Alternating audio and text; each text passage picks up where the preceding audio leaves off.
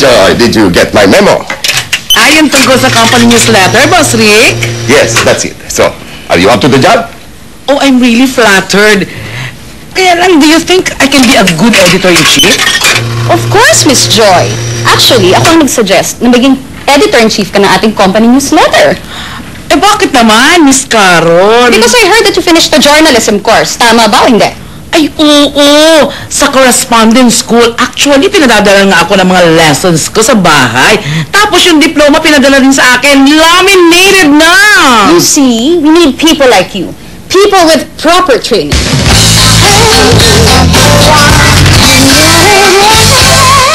Anong nangyari sa article ko?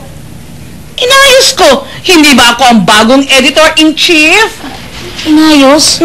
Isinulat ko lang naman dito yung mga vocations ng office trash cans eh. Eh bakit nabanggit pa dito si Miss Bustamante, taga-accounting department, eh may pagkaburara! Totoo naman, di ba? That's my point. Dahil sa burara siya, sayang lang ang office trash can. Got it, Amanda? Got it? Eh Miss Joy, ano nangyari sa article ko? I adjusted it. Ginawa kong mas relevant ang issue. Tungkol lang naman sa sandwich na pwedeng baunin sa opisinang isinulat ko eh. Bakit nabanggit dito na si Susan in HRD? Ha?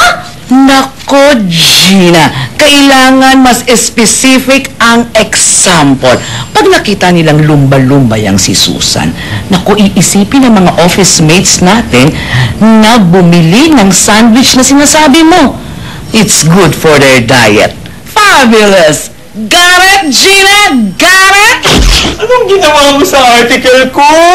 Pinapalan ko lang ang substance. Substance? Kasama ba ng substance ang tungkol sa office uniform? Miss Joy, it's simply my fashion sense in narrative form. At tama ba namang banggitin mo pa yung mga pangalan ng 10 worst dressed executives and employees dito sa company? Ako pagbibigta nga nito. Why not? Eh talaga namang super baduy sila, di ba? Isa pa, balance yan. Hindi ba ako ang nag-suggest ng pa-makeover sila? Dapat mga sila magpasalamat sa atin, Pipay! Got it, Pipay! Got it! Did you get my memo? Yung tungkol sa company newsletter, Boss Rick? Yes, that's it.